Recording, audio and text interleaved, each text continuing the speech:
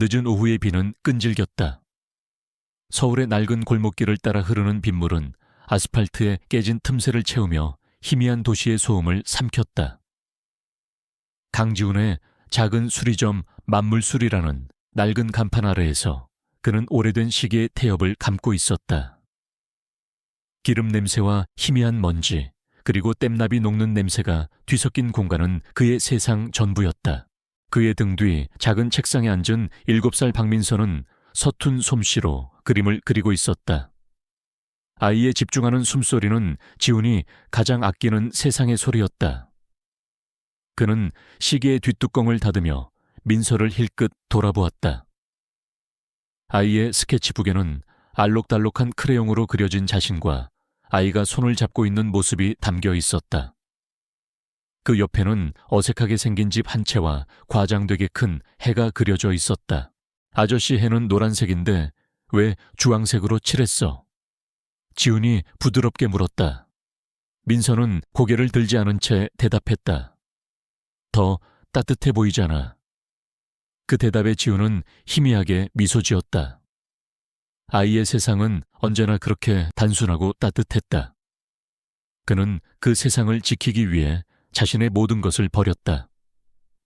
과거의 이름 영광, 그리고 피로 얼룩진 손까지도. 어둠이 내리기 시작하자 빗줄기는 더욱 거세졌다. 지훈은 가게 문을 닫고 저녁을 준비했다. 메뉴는 늘 그렇듯 단출했다. 김이 모락모락 나는 밥과 된장찌개, 그리고 계란 프라이 2개. 민서는 밥상머리에 앉아 오늘 유치원에서 있었던 일을 종알거렸다. 지훈은 묵묵히 들어주며 아이의 밥그릇에 계란을 올려주었다. 그의 표정은 거의 변하지 않았지만 눈빛에는 깊은 애정이 서려 있었다. 저녁 식사가 끝나고 지훈은 민서의 잠자리를 봐주었다. 가게 안쪽에 딸린 작은 방이 그들의 유일한 생활 공간이었다. 낡은 이불을 덮어주자 민서는 금세 새근새근 잠이 들었다. 아이의 잠든 얼굴을 바라보는 것은 지훈에게 유일한 평화의 시간이었다. 이 작은 아이가 없었다면 그의 삶은 이미 오래전에 무너져 내렸을 것이다. 그는 조용히 방을 나와 다시 수리점의 작업대로 돌아왔다. 밤이 깊어지자 빗소리 외에는 아무 소리도 들리지 않았다. 지훈은 분해된 라디오에 회로를 들여다보며 마음을 다스렸다.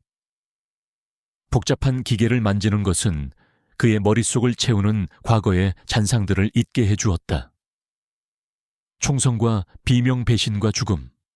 그는 그 모든 것을 뒤로하고 이곳에 숨어들었다. 민서의 아버지이자 그의 유일한 동료였던 박선우의 마지막 부탁을 지키기 위해서였다. 그때였다. 정막을 깨고 낡은 가게 문을 두드리는 소리가 들렸다. 똑똑. 빗소리에 섞여 들려오는 소리는 너무나도 이질적이었다. 이 시간에 이런 날씨에 찾아올 손님은 없었다. 지훈의 몸이 순간적으로 굳었다. 그의 감각은 야생동물처럼 날카로워졌고 손은 무의식적으로 작업대 아래에 숨겨둔 묵직한 렌치를 향했다. 심장이 차갑게 가라앉았다. 그는 조용히 자리에서 일어나 문으로 다가갔다. 낡은 유리창 너머로 검은 우산을 든 남자의 실루엣이 보였다.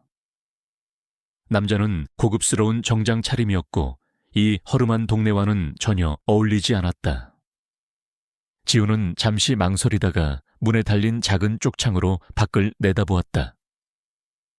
남자는 지훈의 시선을 느꼈는지 고개를 들어 쪽창을 바라보았다. 그의 얼굴에는 어떤 위협적인 기색도 없었다. 오히려 약간은 지쳐 보였다. 누구시죠? 지훈이 낮은 목소리로 물었다. 그의 목소리는 오랫동안 사용하지 않은 기계처럼 삐걱거렸다. 남자는 우산을 살짝 기울이며 대답했다. 강지훈 씨 되십니까? 법무법인 정인회 윤성호 변호사입니다. 박선우 씨와 김지연 씨의 유언 집행 관련으로 찾아왔습니다. 그 이름들이 튀어나오는 순간 지훈의 세상이 멈추는 것 같았다. 박선우와 김지연. 민서의 부모이자 그의 과거 그 자체였다. 지우는 굳은 얼굴로 문을 열었다. 비에 젖은 차가운 공기가 가게 안으로 훅 밀려 들어왔다. 윤 변호사라는 남자는 가게 안을 둘러보며 잠시 놀란 표정을 지었지만 이내 평정을 되찾았다. 그는 정중하게 고개를 숙이며 말했다. 늦은 시간에 죄송합니다. 하지만 꼭 직접 전해드려야 할 서류가 있어서요. 그의 손에는 두꺼운 서류 가방이 들려 있었다. 지우는 말없이 그를 안으로 들였다. 윤 변호사는 우산을 접어 문 옆에 세워두고 지훈이 내민 작은 의자에 앉았다. 그는 서류 가방을 열어 몇 개의 파일을 꺼냈다. 먼저 본인 확인을 위해 신분증을 보여주시겠습니까? 지훈은 잠시 그를 노려보다가 안주머니에서 낡은 지갑을 꺼내 주민등록증을 건넸다. 사진 속의 젊은 남자는 날카롭고 매서운 눈빛을 하고 있었지만 지금의 지훈에게서는 그 흔적을 찾아보기 어려웠다. 윤 변호사는 신분증을 확인하고 돌려주며 말을 이었다. 감사합니다. 강지훈 씨, 당신은 박선우 씨의 유언장에 명시된 박민서 양의 유일한 법적 후견인이자 신탁재산의 관리인으로 지정되셨습니다. 그는 서류 하나를 지훈 앞으로 내밀었다. 지훈의 시선은 후견인이라는 단어에 잠시 머물렀다. 그는 이미 민서를 5년 동안 키워왔다. 서류 따위는 필요 없었다. 그게 전부라면 돌아가 주시죠. 지훈의 목소리는 차가웠다. 그는 이 남자가 자신의 평화를 깨뜨리는 것을 원치 않았다. 하지만 윤 변호사는 고개를 저었다. 그게 전부가 아닙니다, 강지훈 씨. 제가 오늘 온 주된 이유는 바로 이 신탁 재산 때문입니다. 그는 또 다른 서류 뭉치를 꺼내 테이블 위에 올려놓았다. 서류의 양이 상당했다. 박선우 씨와 김지연 씨는 생전에 거액의 생명보험과 함께 스위스 은행에 비밀 신탁 계좌를 개설해 두었습니다. 계좌의 조건은 딸 박민서가 만 7세가 되는 해의 후견인 강지훈에 확인해 개방된다는 것이었습니다. 그리고 바로 어제 민서 양의 생일이 지나면서 그 조건이 충족되었습니다. 윤 변호사의 설명은 침착했지만 그 내용은 지훈의 이성을 뒤흔들기에 충분했다. 지훈은 아무 말도 하지 않았다. 그는 그저 서류 뭉치를 내려다볼 뿐이었다. 박선우, 그 친구는 항상 자신보다 몇 수 앞을 내다보는 녀석이었다. 하지만 이런 것까지 준비해 두었을 줄은 몰랐다.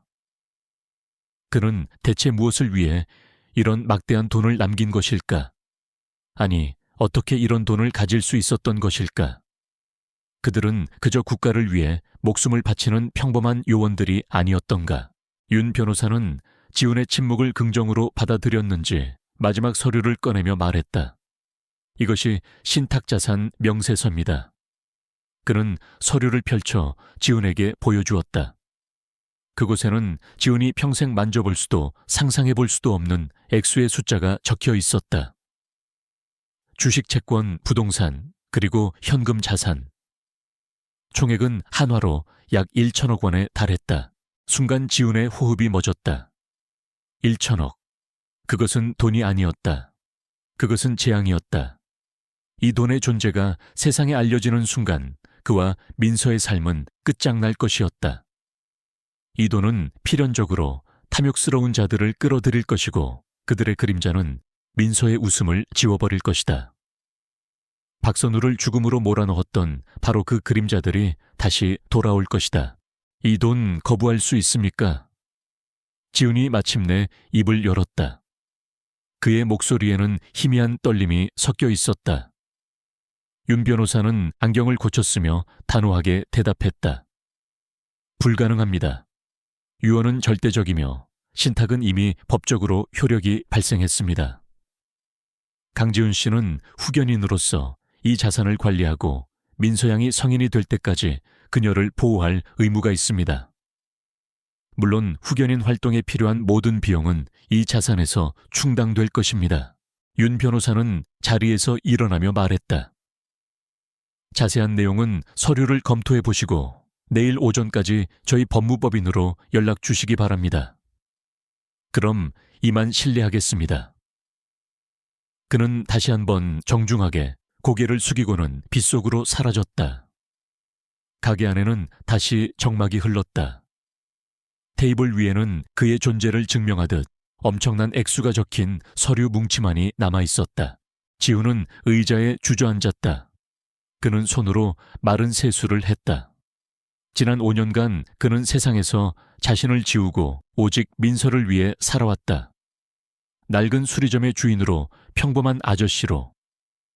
하지만 이 서류 한 장이 그의 모든 노력을 물거품으로 만들었다. 그는 더 이상 숨을 수 없었다. 그는 이제 1천억 원의 상속료를 지키는 보호자가 되었다. 이것은 축복이 아니라 저주였다. 그는 천천히 일어나 민서가 잠든 방으로 향했다. 아이는 여전히 평화롭게 잠들어 있었다. 지우는 아이의 머리카락을 부드럽게 쓸어 넘겼다. 이 작은 아이를 지키기 위해서라면 그는 무엇이든 할 수 있었다. 다시 피비린내 나는 과거로 돌아가야 한다고 해도 그는 결심했다. 이 돈을 노리는 자가 누구든 민서에게 손을 대려고 하는 자가 누구든 그는 결코 용서하지 않을 것이다.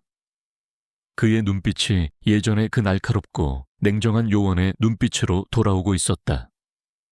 폭풍이 몰려오고 있었다. 서울의 심장부 강남의 마천루 꼭대기에 위치한 천흥그룹의 회장실은 아래 세상을 굽어보고 있었다. 통유리창 너머로 도시의 불빛이 보석처럼 반짝였지만 최진환 회장의 눈에는 그저 정복해야 할 영토로 보일 뿐이었다. 그는 값비싼 가죽 의자에 몸을 묻은 채 크리스털 잔에 담긴 위스키를 천천히 음미했다. 얼음이 잔에 부딪히는 소리만이 방 안의 유일한 소음이었다. 그의 앞에는 비서실장이 뻣뻣하게 서서 보고를 하고 있었다. 회장님, 스위스 은행에서 연락이 왔습니다. 박선우의 신탁 계좌가 예정대로 개방되었다고 합니다. 수혜자는 그의 딸 박민서, 법적 후견인은 강지훈으로 확인되었습니다. 최진환의 입게 차가운 미소가 번졌다. 10년 가까이 기다려온 순간이었다. 그는 오랫동안 그 계좌를 주시해왔지만 엄격한 조건 때문에 손을 댈 수 없었다. 강지훈이라. 그놈 아직도 살아있었군. 최진환이 나지막이 읊조렸다. 박선우의 유일한 그림자이자 가장 신임받던 팀원. 그는 박선우를 제거할 당시 강지훈이 모든 것을 버리고 잠적했다는 보고를 받았다. 그는 강지훈을 그저 동료의 죽음에 충격을 받아 도망친 겁쟁이 정도로 치부했다. 한낱 수리점 주인으로 살고 있다는 사실은 그의 경멸을 더욱 부추길 뿐이었다. 그 아이와 함께 서울 변두리에서 낡은 수리점을 운영하고 있다고 합니다. 특별한 동향은 없습니다. 비서실장의 말에 최진환은 가볍게 손을 저었다. 상관없다. 중요한 건 그놈이 아니다. 박선우가 남긴 열쇠다. 그게 분명 아이의 물건 어딘가에 있을 거야. 당장 사람을 보내서 회수해. 조용히, 그리고 신속하게. 그의 목소리에는 거스를 수 없는 권위가 실려 있었다. 비서실장이 물러나자 그림자 속에서 한 남자가 모습을 드러냈다. 날카로운 눈매와 다부진 체격을 가진 최진환의 충실한 계이자 보안팀장인 안 실장이었다. 회장님 부르셨습니까? 안 실장 자네가 직접 갈 필요는 없다. 쓸만한 놈들로 몇 명 보내서 그 수리공놈 버릇 좀 고쳐주고 놈들 집을 샅샅이 뒤져. 박선우가 딸에게 남겼을 만한 낡은 물건, 특히 펜던트나 작은 상자 같은 걸 찾아와. 겁만 좀 주면 알아서 다 불게 되어 있어. 최진환은 강지훈을 완전히 얕보고 있었다. 다음 날 지훈의 수리점은 평소와 다름없이 문을 열었다. 하지만 가게 주인은 어제와 완전히 다른 사람이 되어 있었다. 그의 모든 신경은 가게 밖 골목을 향해 곤두서 있었다. 지나가는 행인들의 미세한 표정 변화 골목 어귀에 평소보다 오래 주차된 낯선 차량 모든 것이 그의 감시망 안에 있었다. 그는 밤새 단 한숨도 자지 못했다. 테이블 위에 놓인 서류 뭉치는 그의 평화로운 삶에 내려진 사망 선고나 다름없었다. 아저씨, 오늘따라 왜 이렇게 무서운 얼굴이야? 민서가 그의 옷자락을 잡아당기며 물었다. 지우는 그제야 자신의 표정이 굳어있음을 깨닫고 황급히 미소를 지었다. 아니야, 그냥 좀 피곤해서 그래. 우리 민서 오늘 유치원 가서도 씩씩하게 잘 지내야 한다. 그는 아이의 머리를 쓰다듬으며 마음속으로 다짐했다. 무슨 일이 있어도 이 아이의 미소를 잃게 할 수는 없다고. 그는 민서를 유치원 버스에 태워보내고 가게로 돌아왔다. 그리고 곧장 가게 문을 잠갔다. 그는 먼저 민서의 물건들을 조심스럽게 살폈다. 낡은 곰인형, 몇 권의 동화책, 그리고 아이가 항상 목에 걸고 다니는 작은 로켓 펜던트. 그는 펜던트를 열어보았다. 안에는 박선우와 김지연의 아주 작은 사진이 들어있었다. 그는 펜던트 구석구석을 살폈지만 특별한 점은 찾지 못했다. 하지만 직감적으로 이것이 적들이 노리는 물건일 수 있다고 생각했다. 그는 가게 안의 모든 것을 점검하기 시작했다. 작업대 아래에 숨겨둔 낡은 권총을 꺼내 손질하고 비상용으로 준비해둔 가짜 신분증과 현금 다발을 배낭에 챙겼다. 그의 움직임은 군더더기 없이 빠르고 정확했다. 지난 5년간 잊고 지냈던 피와 화약 냄새가 밴 몸의 기억이 되살아나고 있었다. 그는 더 이상 평범한 수리점 주인이 아니었다. 그는 생존을 위해 싸워야 하는 전사였다. 밤이 되자 그는 민서를 평소보다 일찍 재웠다.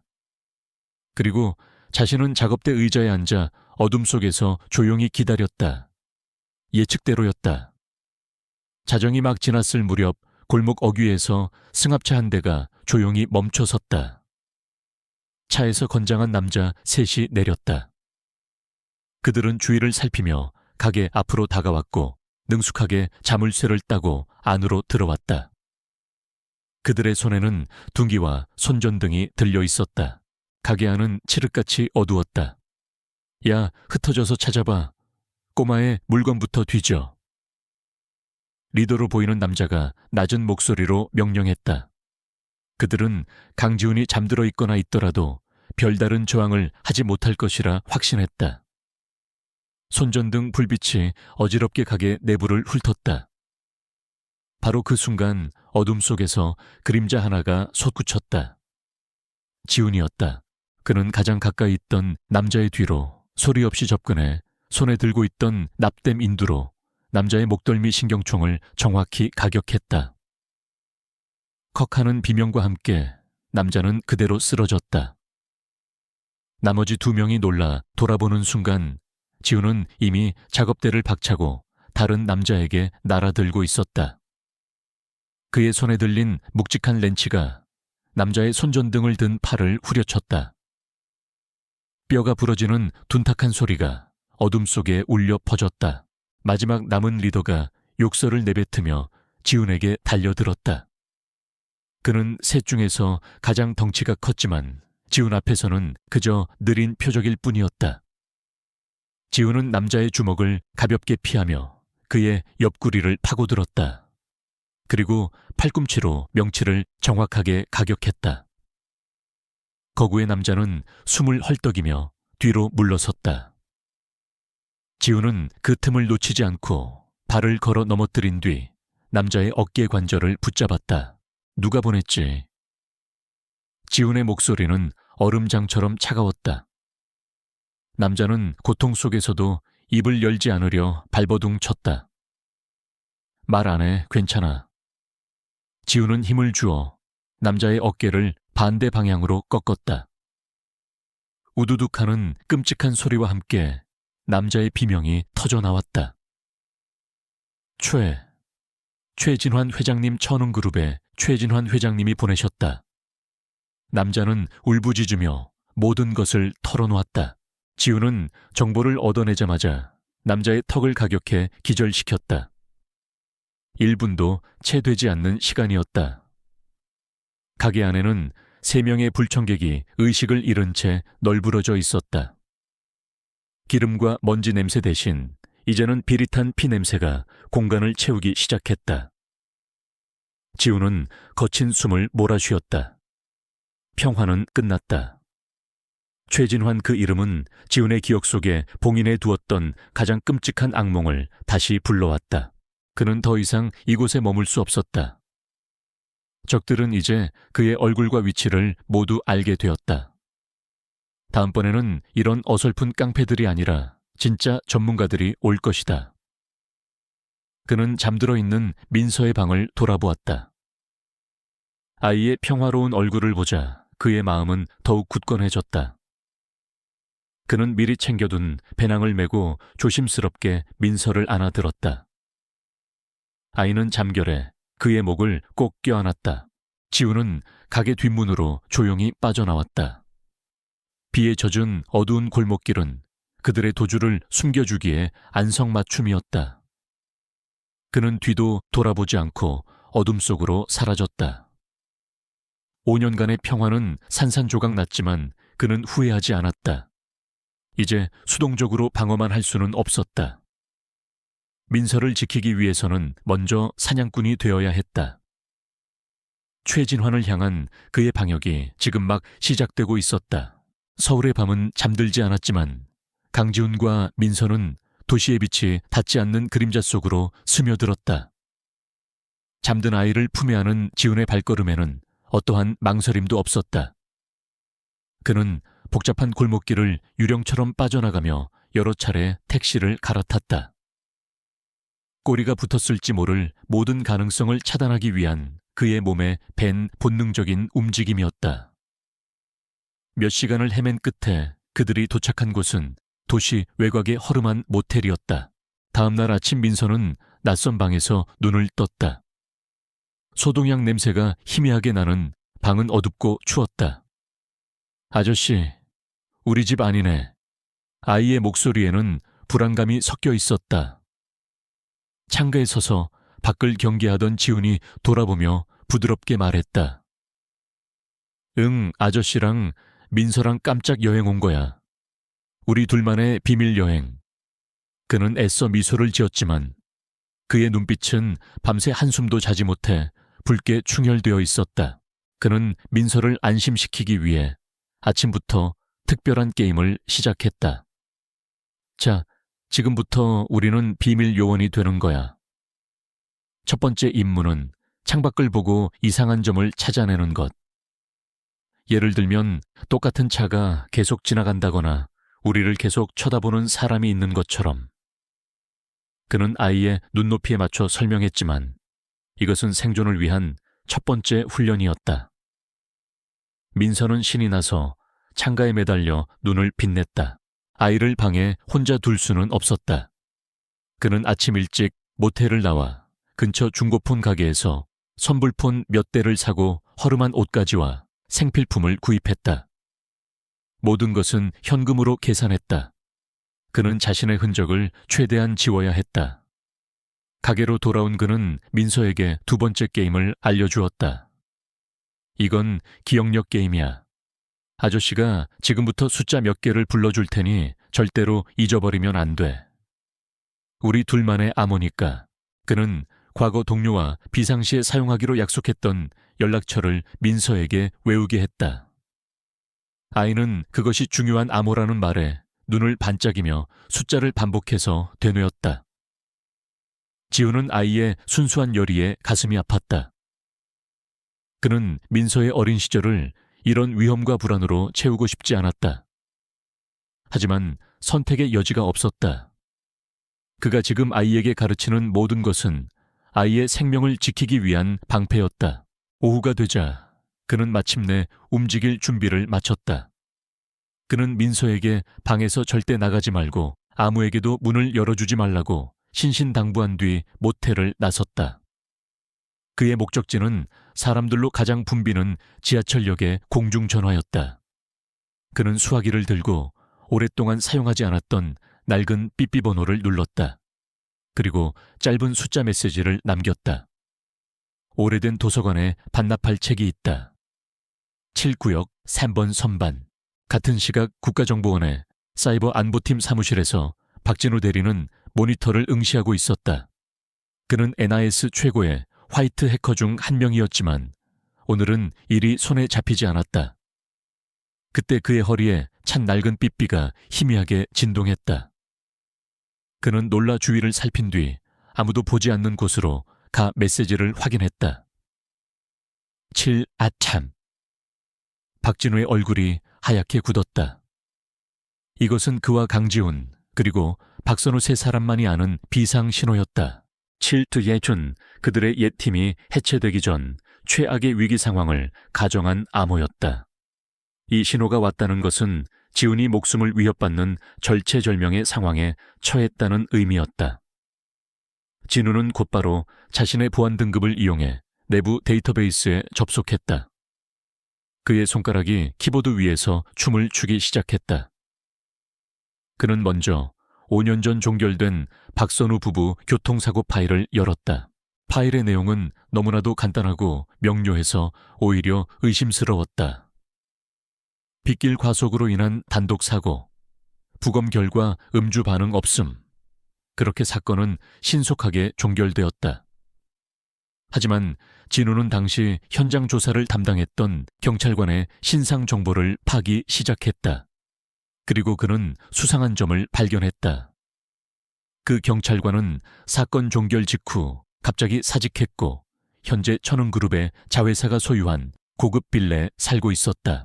진우는 등골이 서늘해지는 것을 느꼈다. 이것은 우연이 아니었다. 그는 조심스럽게 천흥그룹과 박선우의 관계를 파고들기 시작했다. 박선우가 죽기 직전까지 비밀리에 진행하던 프로젝트가 있었다. 차세대 보안 시스템에 관한 기술이었고 그 기술에 가장 큰 관심을 보였던 기업이 바로 최진환의 천흥그룹이었다. 퍼즐 조각들이 조금씩 맞춰지고 있었다. 모텔로 돌아온 지우는 민서와 함께 저녁을 먹었다. 그는 아이에게 손목이 잡혔을 때 빠져나오는 간단한 호신술을 가르쳐 주었다. 누군가 민서 손을 이렇게 꽉 잡으면 힘으로 빼려고 하지 말고 손목을 이렇게 돌려서 엄지손가락 쪽으로 빼는 거야. 알았지.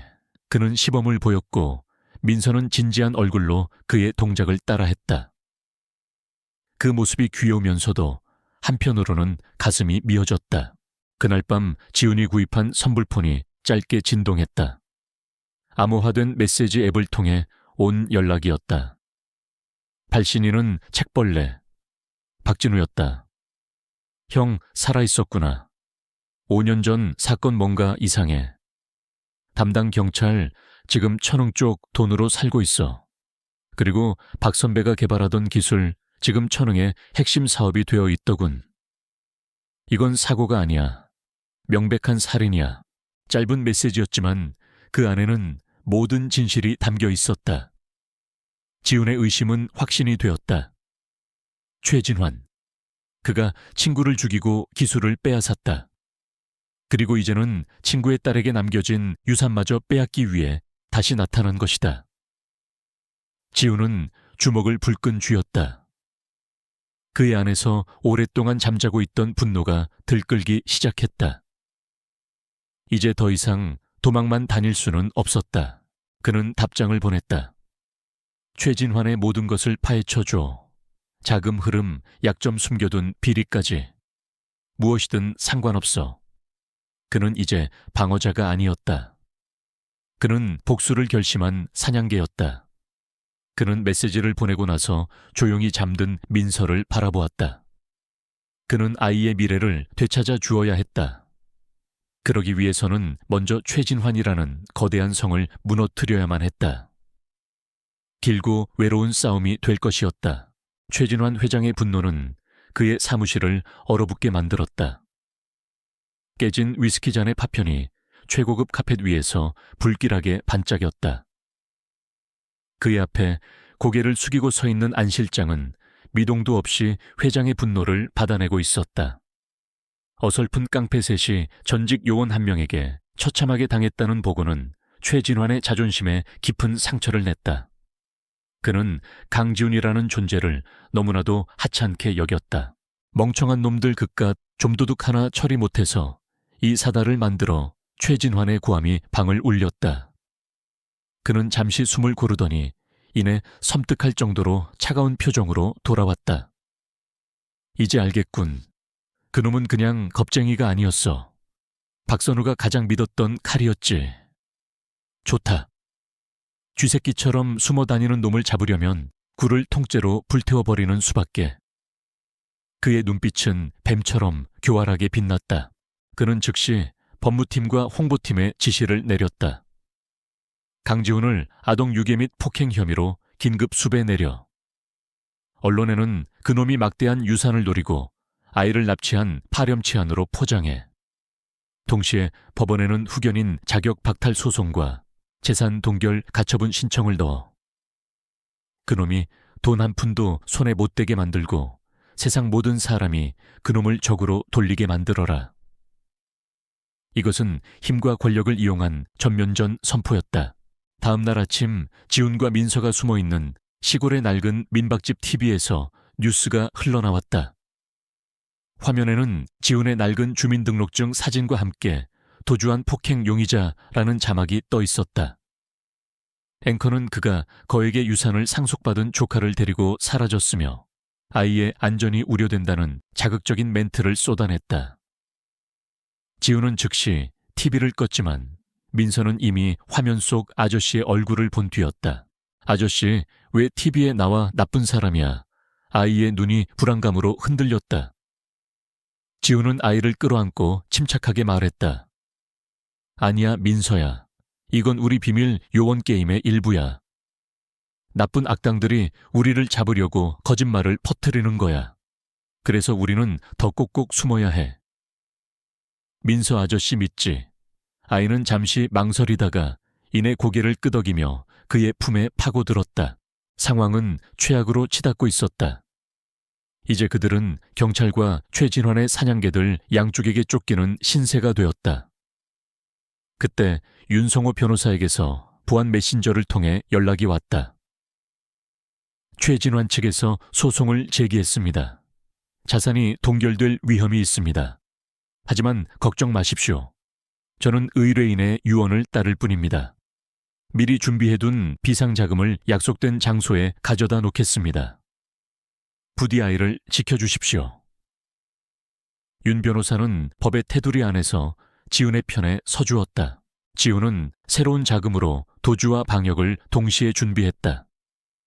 그는 대포차 한 대와 각종 변장 도구 그리고 도청 장비를 구했다. 밤이 되자 그는 박진우와 다시 연락했다. 형 뉴스 봤어. 상황이 안 좋아. 최진환이 경찰 상층부까지 손을 쓴 것 같아. 진우의 목소리에는 좌우저간이 묻어났다. 알고 있어. 그래서 더 이상 숨어만 있을 순 없다. 방역해야 해. 최진환의 손발 노릇을 하는 놈부터 쳐야겠다. 안 실장 그놈에 대한 모든 정보를 줘. 진우는 즉시 안 실장의 모든 것을 해킹하기 시작했다. 그의 동선 통화 기록, 금융거래 내역. 며칠간의 추적 끝에 진우는 안 실장이 매주 수요일 밤 강남의 한 고급배에서 특정 인물과 접선한다는 사실을 알아냈다. 그는 바로 강남경찰서의 부패한 형사 곽 팀장이었다. 이번 사건을 담당하며 지훈에게 불리한 여론을 형성하는 데 앞장서고 있는 인물이었다. 지훈은 결심했다. 위험했지만 직접 현장에 가야만 했다. 그는 민서에게 오늘은 아저씨가 혼자서 아주 중요한 임무를 수행하고 와야 한다고 설명했다. 그리고 아이가 잠든 것을 확인한 뒤 낡은 작업복과 모자로 변장하고 민박집을 나섰다. 그는 대포차를 몰아 서울로 향했다.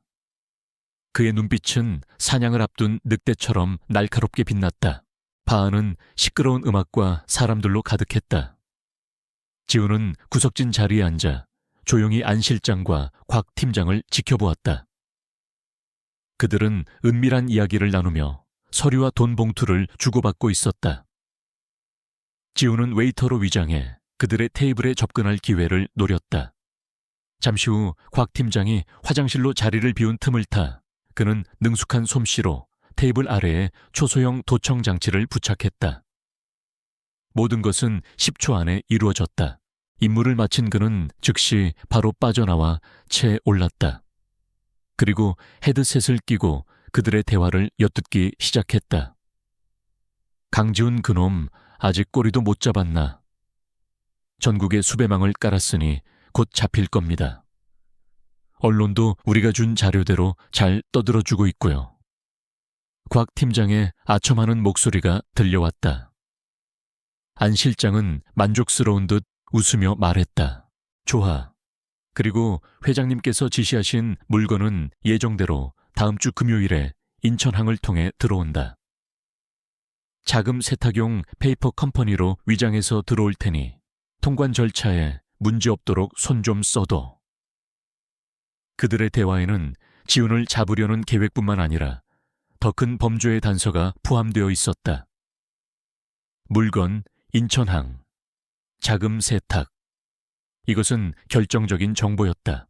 지훈은 녹음 파일을 즉시 박진우에게 전송했다. 그는 핸들을 꽉 쥐었다. 이제 수세에 몰려 도망만 다니던 상황이 아니었다.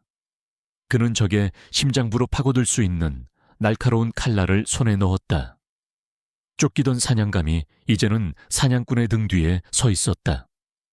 그의 입가에 5년 만에 처음으로 차가운 미소가 떠올랐다. 최진환을 향한 그의 사냥이 본격적으로 시작된 것이었다. 안 실장에게서 얻어낸 녹음 파일은 지훈과 진우에게 희망인 동시에 절망이었다. 인천항, 금요일 물건. 단서는 있었지만 너무나도 막연했다. 진우는 밤을 새워 천은그룹과 관련된 모든 유령 회사들의 수입 물품 목록을 뒤졌다. 금요일 인천항을 통해 들어오는 컨테이너만 수백 개였고 그 중에서 진짜 물건을 찾아내는 것은 사막에서 바늘 찾기나 다름없었다. 젠장 뭔가 결정적인 한 방이 부족해. 컨테이너 번호든 회사 이름이든 뭐라도 특정할 수 있는 게 필요해. 보안 회선을 통해 들려오는 진우의 목소리에는 답답함이 가득했다. 지훈 역시 마찬가지였다. 그는 최진환이 만들어 놓은 거대한 미로 속에서 길을 잃은 기분이었다. 시간은 그들의 편이 아니었다. 경찰의 수사망은 시시각각 좁혀오고 있었다. 그는 다시 한번 거처를 옮겼다. 이번에는 사람의 발길이 거의 닿지 않는 동해안의 작은 어촌 마을이었다. TV도 인터넷도 없는 곳. 그는 민서를 세상의 소음으로부터 격리시키고 싶었다. 소금기 섞인 바닷바람과 규칙적인 파도 소리는 잠시나마 그들의 지친 마음을 위로해 주었다.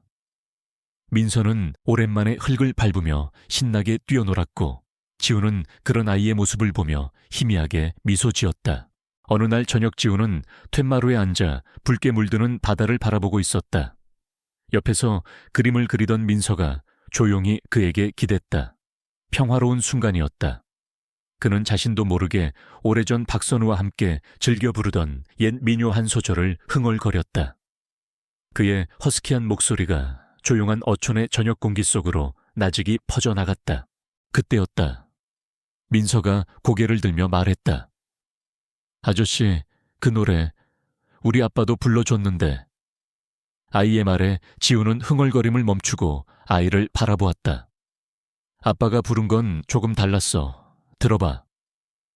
민서는 작은 입을 오물거리며 노래를 부르기 시작했다. 지훈이 부른 원곡과 전체적인 흐름은 비슷했지만 몇몇 음계가 미묘하게 변주되어 있었다. 그것은 단순한 이탈이 아니라 의도적으로 바뀐 것처럼 느껴졌다. 노래가 끝나자 아이는 눈을 반짝이며 말했다. 그리고 아빠가 비밀 주문도 알려줬어. 우리 집 보물 상자를 여는 마법 주문이래. 민서는 마치 자랑이라도 하듯 또박또박 외우기 시작했다. 알파 77, 로미오 912, 에코. 그것은 군대에서 사용하는 음성기호와 숫자가 뒤섞인 의미를 알 수 없는 문자열이었다. 순간 지훈의 온몸에 소름이 돋았다. 그는 숨을 멈췄다. 변주된 멜로디와 의미불명의 암호. 이것은 단순한 아이의 기억이 아니었다. 이것은 박선우가 남긴 메시지였다. 그는 과거 NIS 특수 공작팀에서 사용했던 암호 체계를 떠올렸다. 음의 높낮이와 길이를 이용해 암호를 해독하는 음악 암호. 그리고 그 암호를 풀어낼 열쇠가 바로 이 문자열이었던 것이다. 최진환이 그토록 찾던 열쇠는 민서의 펜던트 같은 물리적인 물건이 아니었다. 그것은 바로 아이의 기억 그 자체였다. 박선우는 세상에서 가장 안전한 장소, 바로 자신의 딸의 머릿속에 가장 중요한 비밀을 숨겨두었던 것이다. 그는 아이가 위험해지지 않도록 그것을 동요와 마법 주문이라는 동심의 포장지로 감싸두었다. 지우는 죽은 친구의 치밀함에 전율했다. 그는 떨리는 손으로 민서가 말한 멜로디와 암호를 수첩에 받아 적었다. 민서야, 정말 잘했어. 이건 아주 중요한 마법 주문이야. 다른 사람한테는 절대로 말하면 안 돼. 알았지? 그는 아이의 머리를 쓰다듬어 주었고 아이는 비밀을 공유했다는 사실에 기뻐하며 고개를 끄덕였다. 그는 아이를 재운 뒤 곧바로 진우에게 연락했다. 진우야, 찾았다. 열쇠를 찾았어. 그는 보안 회선을 통해 민서가 부른 노래를 들려주고 암호를 불러주었다. 수화기 너머의 진우는 잠시 침묵하더니 이내 흥분한 목소리로 외쳤다. 형, 이건 우리 팀에서만 쓰던 일회용 패드 암호 방식이잖아.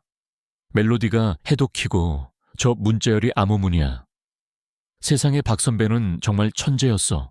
진우는 즉시 암호 해독에 들어갔다. 그의 손가락이 다시 키보드 위에서 현란하게 움직였다. 몇 시간이 흘렀을까 마침내 진우가 떨리는 목소리로 말했다. 형, 찾았어. 이건 은행 계좌가 아니야. 서버 접속 키야. 그것도 공식 네트워크에는 존재하지 않는 유령 서버. 그는 추적한 서버의 위치 정보를 지훈에게 전송했다. 지훈은 전송받은 위성 사진을 보고 입술을 깨물었다. 서버의 위치는 서울의 심장부 천흥그룹 본사타워의 지하 5층이었다. 외부에서는 그 존재조차 알 수 없도록 완벽하게 차폐된 최진환만의 비밀 금고였던 것이다. 박선우는 죽기 직전 최진환의 모든 비리가 담긴 원본 데이터를 바로 그곳에 백업해 두었던 것이다. 거긴 요새야 형. 전력망부터 통신망까지 전부 독립적으로 움직이고 최첨단 보안 시스템으로 겹겹이 보호되고 있어. 정면으로 들어가는 건 자살 행위라고. 진우의 목소리는 절망적이었다. 하지만 지훈의 목소리는 오히려 차분했다. 그는 휴대폰 화면 속에서 어둠 속에 우뚝 솟은 천흥타워를 노려보며 나지막이 말했다. 그래. 하지만 그 요새의 유일한 열쇠는 이제 우리 손에 들어왔어. 이제 목표는 명확해졌다. 더 이상 어둠 속에서 헤맬 필요가 없었다. 적의 심장부에 잠들어 있는 진실을 꺼내와야만 이 길고 지독한 싸움을 끝낼 수 있었다. 그의 마음속에서 불가능해 보였던 침투 계획이 서서히 밑그림을 그리기 시작했다. 그는 기꺼이 그 지옥 속으로 걸어 들어갈 준비가 되어 있었다. 천흥타워는 서울의 밤하늘을 찌르듯이 솟아있는 거대한 강철의 성이었다. 그 안에는 최진환의 탐욕과 비리가 잠들어 있었고 그 심장부인 지하 5층 유령 서버는 세상에서 가장 견고한 자물쇠로 잠겨 있었다. 강지훈은 그 자물쇠를 열 유일한 열쇠를 손에 쥐고 있었지만 자물쇠에 다가가는 것 자체가 거의 불가능에 가까운 임무였다. 그는 며칠 밤낮으로 진우가 보내온 건물 설계도와 보안 시스템 자료를 분석했다. 정문 돌파는 불가능해. 모든 출입구에는 안면 인식 시스템과 검색대가 있어. 변장을 해도 소용없을 거야. 지훈의 말에 보안 회선 너머의 진우가 3D 설계도를 이리저리 돌려보며 대답했다. 하지만 약점은 있어 형. 지하 5층은 완벽히 독립된 공간이지만 단 하나 중앙 환기 시스템에 주 통로와 연결되어 있어. 40층의 메인 서버실에서 시작되는 통로지. 이론상으로는 그곳을 통해 내려갈 수 있어. 그것은 이론일 뿐 현실은 지옥에 가까운 길이었다. 수십 미터에 달하는 수직 통로에는 각종 감지 센서와 거대한 환풍기가 미로처럼 얽혀 있었다. 하지만 그것이 유일한 길이었다. 지우는 결심했다. 그는 침투 계획을 세우기 시작했다. 날짜는 서버 시스템 정기 점검이 있는 이번 주 토요일 자정. 가장 경계가 허술해지는 시간이자 유지보수 업체 직원으로 위장해 접근하기 가장 좋은 때였다. 작전 전날 밤 지우는 잠든 민서의 얼굴을 한참 동안 들여다보았다. 그는 아이를 박선우의 먼 친척이 운영하는 한적한 시골의 작은 보육원에 잠시 맡겨두었다. 아이에게는 비밀 요원 캠프에 다녀오는 것이라고 설명했다. 그는 아이의 이마에 조용히 입을 맞추었다. 반드시 이 지옥 같은 싸움을 끝내고 아이에게 평범한 일상을 되찾아주겠다고 그는 소리 없이 맹세했다. 토요일 밤 11시. 지우는 천흥그룹의 협력업체인 서버 관리업체의 작업복으로 위장한 채 천흥타워의 지하 주차장으로 들어섰다. 그의 어깨에는 무거운 공구 가방이 들려 있었다. 가방 안에는 진짜 공구 대신 각종 침투 장비가 가득했다. 진우가 위조한 출입증은 1층 로비의 보안 게이트를 무사히 통과시켜 주었다. 그의 귓속에 꽂힌 초소형 무선 이어폰에서 진우의 목소리가 들려왔다. 좋아 형, 엘리베이터는 내가 제어할게. 40층으로 바로 가. 40층 메인 서버실은 수많은 서버들의 열기로 후끈했다. 지우는 순찰 중인 경비원들의 눈을 피해 가장 구석진 곳에 있는 중앙 환기 시스템 통제 패널로 향했다. 진우가 원격으로 해당 구역의 CCTV 영상을 5분 전 화면으로 돌려놓은 사이 지우는 통제 패널을 열고 거대한 환기구 덮개를 해체했다. 그의 앞에는 끝이 보이지 않는 어두운 수직 통로가 입을 벌리고 있었다. 그는 로프를 단단히 고정한 뒤 어둠 속으로 몸을 던졌다. 통로 내부는 먼지와 차가운 금속 냄새로 가득했다. 그는 오직 헤드랜턴의 희미한 불빛에 의지해 아래로 하강했다. 10m 아래 적외선 감지 센서. 3초간 꺼줄게. 통과해. 진우의 지시에 맞춰 그는 능숙하게 장애물을 피했다. 잠시 후 거대한 환풍기가 그의 앞을 가로막았다. 펜은 못 멈춰. 날개가 지나가는 타이밍에 맞춰서 통과해야 해. 지우는 숨을 죽이고 거대한 날개가 만들어내는 바람의 흐름을 읽었다. 찰나의 순간 그는 몸을 날려 아슬아슬하게 펜의 반대편으로 넘어갔다. 식은땀이 등을 타고 흘러내렸다. 수십 분간의 사투 끝에 그는 마침내 지하 5층으로 연결되는 환기구에 도착했다. 그는 조심스럽게 덮개를 열고 칠흑 같은 어둠이 깔린 공간으로 소리 없이 내려섰다. 지하 5층은 무덤처럼 고요하고 차가웠다. 방 중앙에는 유령 서버가 섬뜩한 소리를 내며 작동하고 있었다. 그리고 그 앞에는 또 다른 보안 장벽 지문과 홍채를 동시에 인식하는 생체 인식 장치가 버티고 있었다. 이건 외부에서 못 들어 형. 직접 해결해야 해. 진우의 목소리가 다급하게 들려왔다. 지우는 미리 준비해온 특수 장비를 꺼냈다. 그는 유지보수 기록을 통해 알아낸 이 서버의 유일한 관리자인 안 실장의 지문을 키패드에서 채취해 복제 필름을 만들었다. 지문 인식은 통과했지만 홍채 인식은 다른 문제였다. 하지만 지우는 이 또한 예상하고 있었다. 그는 해킹 장치를 단말기에 연결해 보안 시스템에 저장된 안 실장의 홍채 데이터에 미세한 오류 신호를 흘려보냈다. 시스템은 일시적인 인식장애로 판단했고 비상용 비밀번호 입력창을 띄웠다. 지우는 민서의 기억 속에 있던 그 암호를 정확하게 입력했다. 찰칵 소리와 함께 마침내 서버에 접근할 수 있는 단말기가 활성화되었다. 그는 USB 포트에 소형 드라이브를 꽂았다. 진우가 원격으로 접속해 데이터 다운로드를 시작했다. 화면의 진행률 표시줄이 거북이처럼 느리게 올라갔다. 최진환의 10년치 범죄 기록이 담긴 데이터는 그 용량이 상상을 초월했다. 5분, 10분이 지났다. 지우는 초조하게 주위를 경계했다. 바로 그때 진우의 다급한 목소리가 이어폰을 때렸다. 형 들켰어. 서버에서 비정상적인 데이터 유출 신호가 발생했어. 안 실장 팀이 그쪽으로 가고 있어. 앞으로 1분, 진행률은 98%를 가리키고 있었다. 지우는 이를 악물었다. 99%. 복도를 울리는 육중한 엘리베이터의 작동음이 들려왔다. 그는 다운로드가 완료되자마자 드라이브를 뽑아 주머니에 쑤셔 넣었다. 그리고 동시에 그의 앞을 가로막고 있던 육중한 강철문이 쉬익 소리를 내며 옆으로 열렸다. 그곳에는 전투 장비로 무장한 안 실장과 그의 팀원들이 서 있었다. 수십 개의 전술 조명이 일제히 지훈을 향했고 장전된 소총의 총구가 그를 겨누고 있었다. 그는 완벽한 함정에 빠진 것이었다.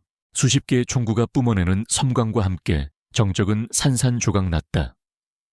안 실장의 게임 끝이다 라는 저주와도 같은 선언이 지훈의 귓가를 맴돌았다. 하지만 지훈은 포기하지 않았다. 그의 눈은 총구가 아닌 벽면에 붙어있는 거대한 고압전력 분배함을 향하고 있었다. 그는 찰나의 순간에 결정을 내렸다. 몸을 숙이는 동시에 허리춤에 차고 있던 묵직한 절연 팬츠를 뽑아온 힘을 다해 분배함을 향해 던졌다. 쾅 안 하는 굉음과 함께 분배함에서 푸른 스파크가 폭포처럼 쏟아져 나왔다. 지하 5층의 모든 조명이 일제히 꺼지며 절대적인 어둠이 내렸다. 쏴라, 놈을 놓치지 마. 안 실장의 고함 소리가 어둠 속에서 울려 퍼졌지만 이미 늦었다. 지우는 나이트 비전 고글을 착용하고 어둠 속으로 몸을 날렸다. 그는 이미 이 공간의 구조를 머릿속에 완벽하게 그려놓고 있었다. 총알이 그의 귓가를 스치고 콘크리트 벽에 박혔다. 혼란 속에서 지우는 반대편 비상 통로를 향해 몸을 날렸다. 경비팀원들은 어둠 속에서 허공에 총을 난사할 뿐이었다. 하지만 그 와중에도 한 발의 총알이 그의 왼쪽 팔을 스치고 지나갔다.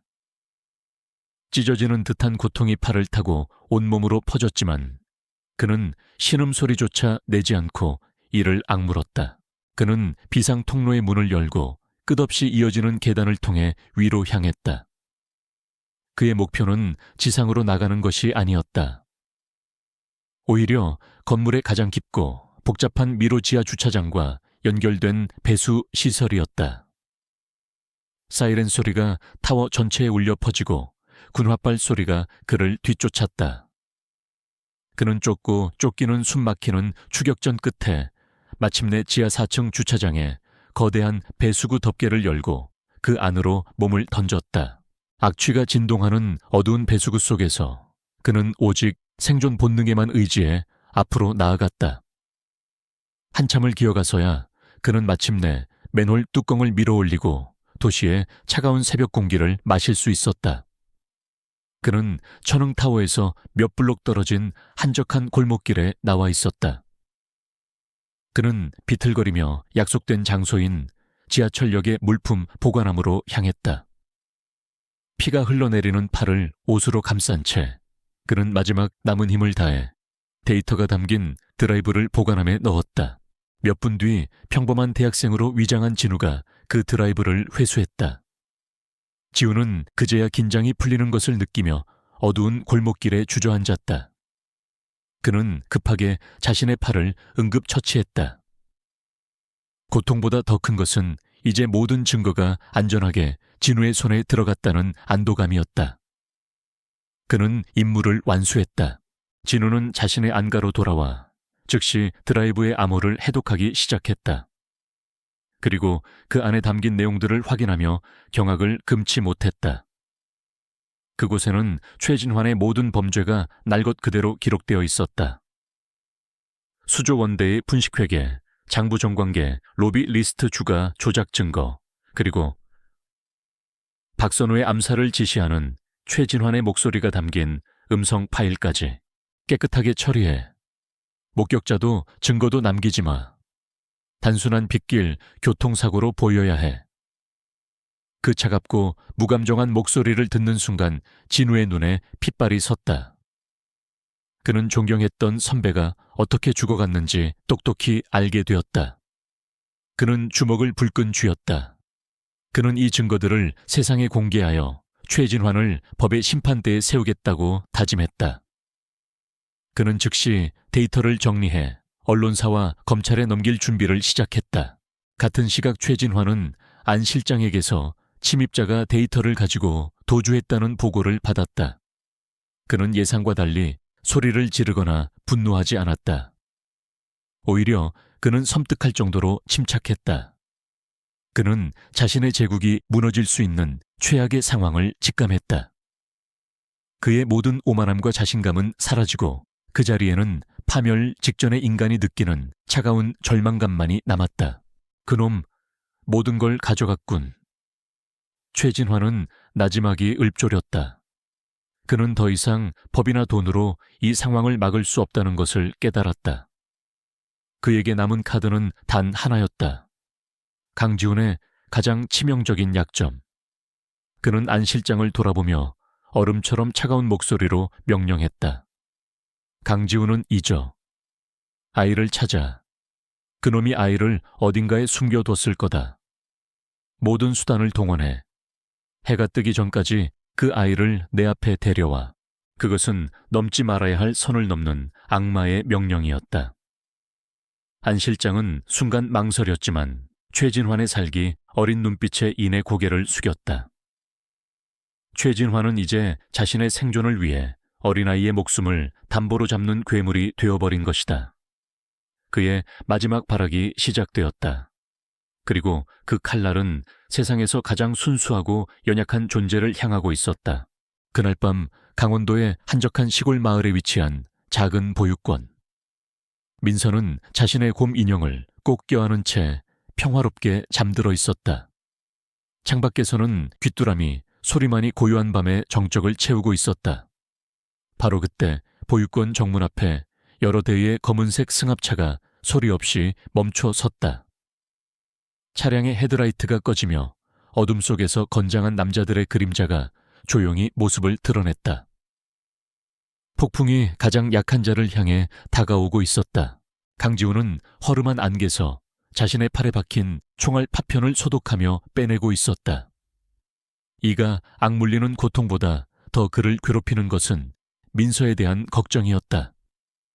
바로 그때 박진우에게서 다급한 전화가 걸려왔다. 형, 큰일 났어. 보육원에 무슨 일이 생긴 것 같아. 진우는 다급하게 보육원 근처에 몰래 설치해둔 감시 카메라 영상을 지훈의 노트북으로 전송했다. 화면 속에는 검은 옷을 입은 남자들이 잠든 민서를 조심스럽게 안고 나오는 장면이 담겨 있었다. 아이는 아무 저항도 하지 못하고 검은 승합차 안으로 사라졌다. 지훈의 세상이 무너져 내렸다. 팔의 상처에서 다시 피가 터져 나왔지만 그는 아무것도 느낄 수 없었다. 그의 머릿속은 차가운 분노와 끔찍한 자책감으로 가득 찼다. 자신이 아이를 지키지 못했다는 사실이 그를 미치게 만들었다.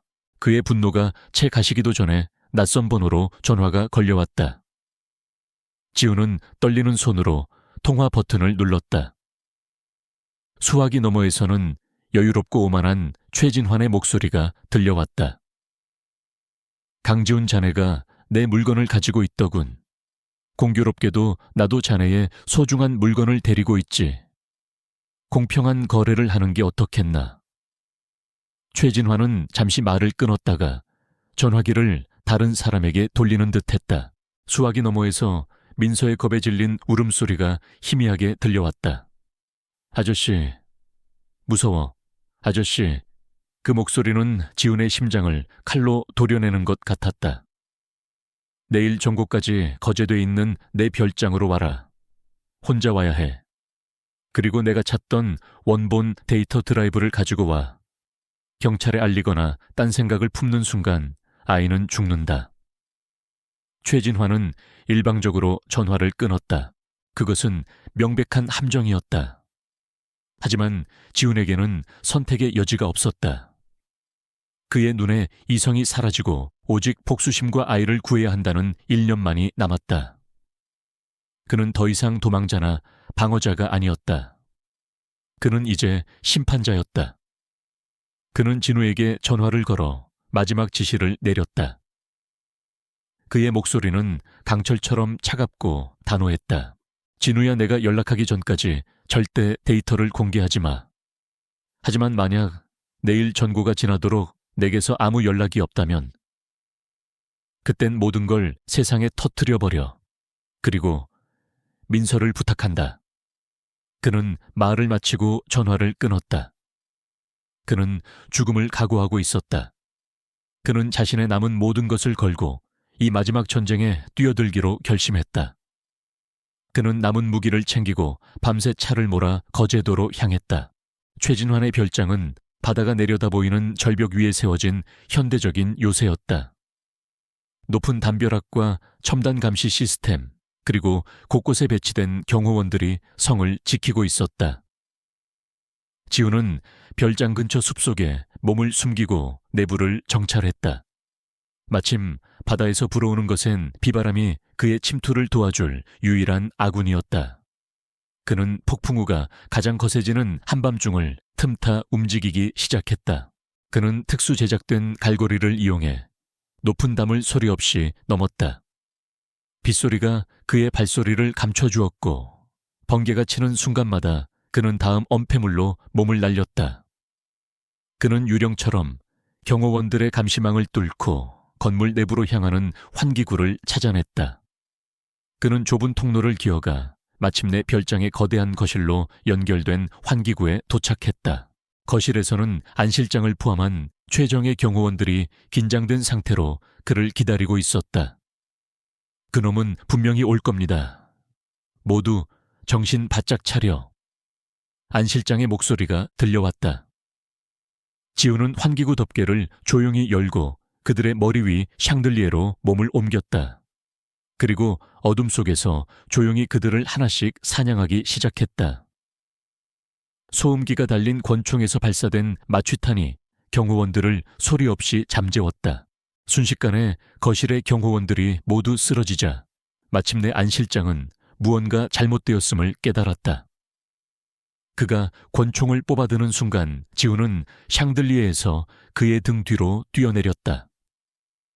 내 놈일 줄 알았다. 안 실장이 이를 갈며 돌아섰다. 두 사람의 마지막 결투가 시작되었다. 그들은 총을 버리고 오직 맨주먹과 단검만으로 서로의 목숨을 노렸다. 치열한 사투 끝에 부상당한 지우는 마지막 힘을 짜내 안 실장을 제압했다. 지우는 쓰러진 안 실장을 뒤로하고 민서가 갇혀있을 서재로 향했다. 그는 육중한 문을 발로 차고 안으로 들어섰다. 그곳에는 최진환이 겁에 질린 민서를 인질로 잡고 있었다. 그의 손에 들린 권총이 아이의 관자놀이를 겨누고 있었다. 움직이지 마, 강지훈. 한 발짝이라도 더 다가오면 이 아이는 죽는다. 최진환은 공포에 질려 소리쳤다. 데이터는 가져왔나? 최진환이 물었다. 지우는 천천히 데이터 드라이브를 꺼내 바닥으로 던졌다. 원하는 걸 줬으니 아이를 풀어줘.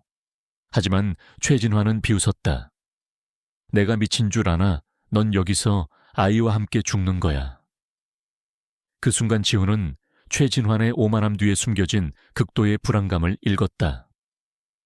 그는 일부러 최진환을 도발하며 그의 시선을 자신에게 고정시켰다. 찰나의 순간이었다. 최진환이 지훈의 말에 잠시 집중력을 잃은 틈을 타 지훈은 번개처럼 몸을 날렸다. 그는 최진환의 총을 든 팔을 쳐내고 다른 팔로 민서를 감싸 안았다. 천장으로 발사된 총성과 함께 지훈은 아이를 품에 안고 바닥을 굴렀다. 모든 것을 잃은 최진환이 절망적인 비명을 지르며 다시 총을 겨누려 했지만 이미 늦었다.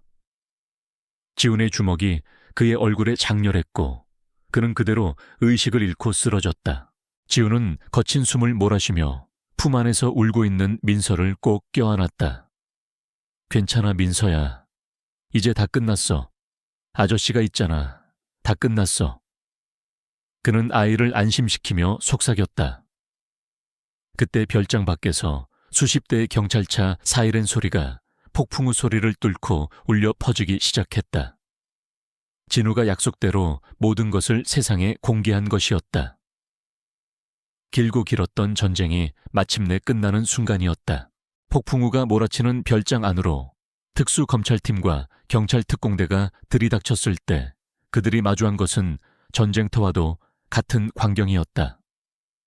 쓰러진 경호원들 사이로 강지훈은 잠든 민서를 담요로 감싼 채 조용히 걸어 나왔다. 그는 저항 없이 두 손을 들었고 경찰들은 그를 향해 총을 겨누었다. 하지만 그 순간 현장을 지휘하던 한동훈 부장검사가 그들을 가로막았다. 총 내려, 이 사람은 용의자가 아니라 우리 사건의 가장 중요한 제보자이자 증인이다. 박진우가 넘긴 데이터는 대한민국을 뒤흔들기에 충분했다. 최진환의 살인교사 혐의는 물론 그가 수십 년간 쌓아 올린 정관계 비자금 커넥션과 불법 행위들이 담긴 판도라의 상자였다. 검찰은 즉시 최진환과 안 실장을 비롯한 천흥그룹의 핵심 인물들을 모두 체포했다. 언론은 연일 천흥게이트에 대한 특종을 쏟아냈고 천흥그룹의 주가는 폭락했으며 최진환의 제국은 하루아침에 무너져 내렸다. 세상이 시끄럽게 돌아가는 동안 지훈과 민서는 검찰이 제공한 안전가옥에서 조용한 시간을 보냈다. 길고 긴 악몽 같은 싸움은 끝났지만 지훈에게는 더 중요하고 어려운 싸움이 남아있었다. 바로 민서의 상처받은 마음을 치유하는 것이었다. 아이는 그날의 충격으로 말을 잃었다. 밤마다 악몽을 꾸며 비명을 질렀고 지훈의 곁에서 한시도 떨어지려 하지 않았다. 지훈은 모든 것을 내려놓고 오직 아이를 돌보는 데에만 집중했다. 그는 아이에게 억지로 말을 걸거나 웃음을 강요하지 않았다. 그저 묵묵히 아이의 곁을 지켰다. 함께 그림을 그리고 책을 읽어주고 아이가 잠들 때까지 손을 잡아주었다. 그의 서툴지만 진심 어린 보살핌 속에서 민서의 얼어붙었던 마음이 아주 조금씩 녹기 시작했다. 그는 아동 심리 상담사의 도움을 받아 아이의 눈높이에서 상처를 이해하려 노력했다. 몇 주가 지난 어느 날 저녁 창밖을 바라보던 민서가 처음으로 입을 열었다. 아저씨, 나쁜 아저씨는 우리 아빠를 알았어. 그 질문에 지훈의 심장이 내려앉는 것 같았다. 그는 더 이상 진실을 숨길 수 없다는 것을 깨달았다. 그는 아이를 무릎에 앉히고 아주 조심스럽게 이야기를 시작했다. 그는 아이의 아빠와 엄마가 얼마나 용감하고 훌륭한 사람들이었는지, 그들이 얼마나 민서를 사랑했는지에 대해 이야기했다. 그는 최진환이 그들의 소중한 것을 빼앗아간 나쁜 사람이었다고 설명했다. 그는 죽음이라는 단어 대신 아주 먼 곳으로 별이 되어 떠났다고 표현했다. 이야기가 끝났을 때 민서는 울음을 터뜨렸다. 그것은 공포의 울음이 아니라 그리움과 슬픔의 울음이었다. 지훈은 아이를 말없이 안아주었다. 아이는 한참을 울고 나서야 지친 듯 그의 품에서 잠이 들었다. 그 눈물은 아이의 상처가 아물기 시작했다는 신호였다. 모든 법적 절차가 마무리되고 최진환에게는 무기징역이 선고되었다.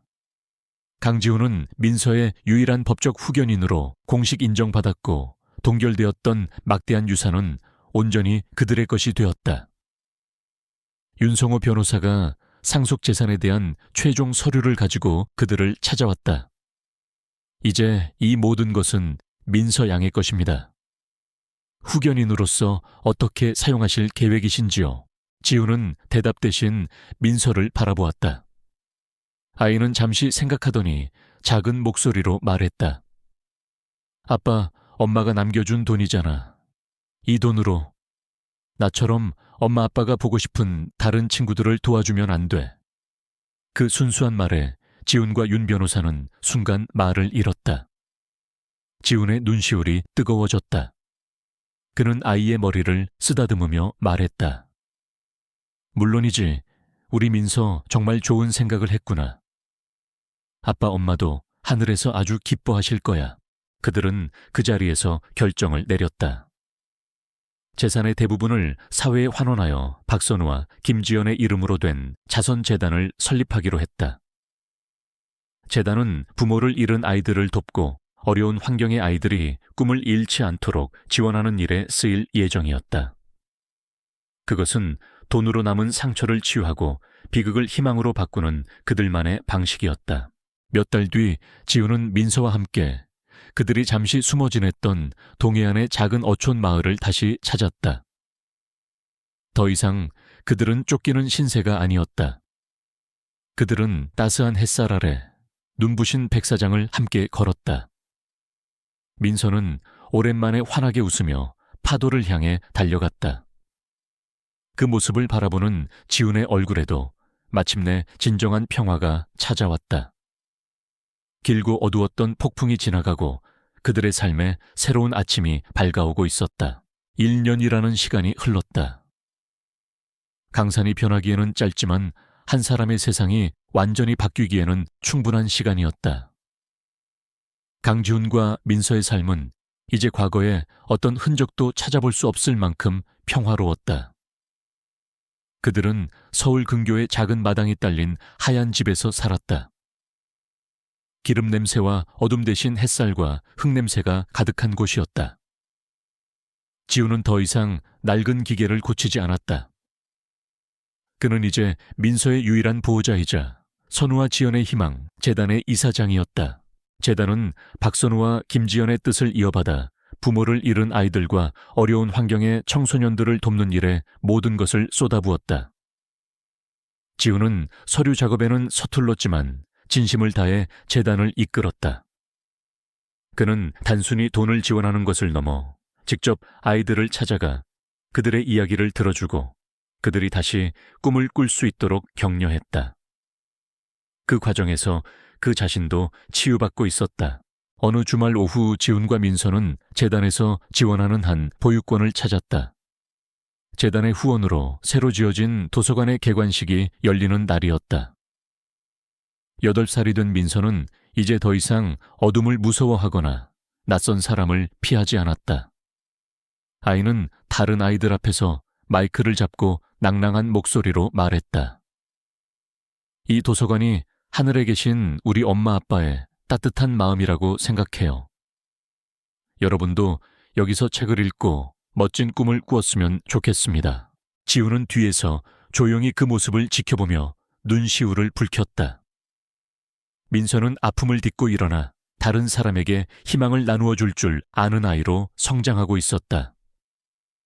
그것은 그에게 주어진 그 어떤 재산보다도 값진 보물이었다. 개관식이 끝나고 민서는 다른 아이들과 스스럼 없이 어울려 마당을 뛰어다녔다. 그 모습을 보며 지훈은 자신의 길고 어두웠던 싸움이 헛되지 않았음을 느꼈다. 그들의 집에는 종종 반가운 손님이 찾아왔다. 천흥게이트 해결의 공로를 인정받아 최연소 팀장으로 승진한 박진우였다. 그는 이제 민서에게 삼촌이라 불리며 주말마다 찾아와 함께 바비큐 파티를 하거나 캐치볼을 했다. 형, 이제 정말 사람 사는 것 같네. 얼굴의 그늘이 싹 가셨어. 진우가 맥주를 한 잔 건네며 말했다. 지우는 그저 웃으며 고개를 끄덕였다. 그들은 가끔 박선우를 추억했다. 하지만 더 이상 슬픔이나 분노에 잠기지는 않았다.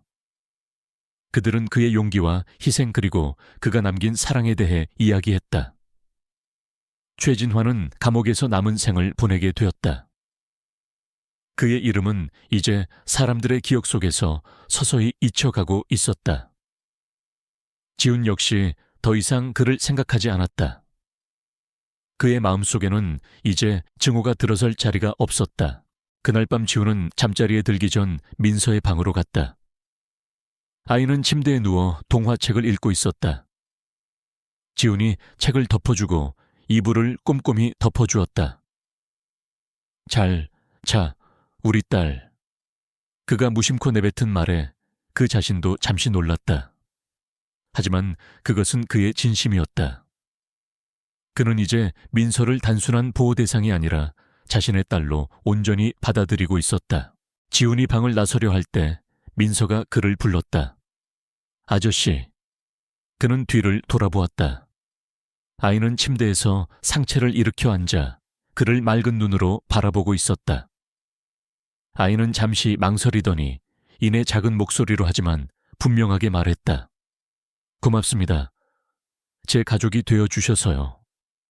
그 한마디에 지훈의 모든 과거와 상처가 눈 녹듯이 사라지는 것 같았다. 그는 다시 아이에게 다가가 침대맡에 앉았다. 그리고 아이의 작은 손을 꼭 잡았다. 그의 눈에는 따뜻한 눈물이 고여 있었다. 그는 세상에서 가장 부드러운 목소리로 대답했다. 민서야말로 내 가족이 되어줘서 고마워. 너는 아저씨의 전부야. 두 사람은 한참 동안 아무 말 없이 서로를 바라보았다. 피는 섞이지 않았지만 그들은 세상 그 누구보다도 강한 끈으로 이어진 진짜 가족이었다. 지우는 방을 나오며 문을 살짝 열어두었다. 거실의 희미한 불빛이 아이의 방을 부드럽게 비추었다. 그는 문득 자신의 삶을 돌아보았다. 그는 6살 아이를 키우다 우연히 백만장자가 된 남자가 아니었다. 그는 세상의 전부였던 아이를 만나 비로소 진정한 부자가 된 남자였다. 그의 마음은 그 어느 때보다도 충만하고 평화로웠다. 진짜 이야기는 어쩌면 지금부터 시작일지도 몰랐다.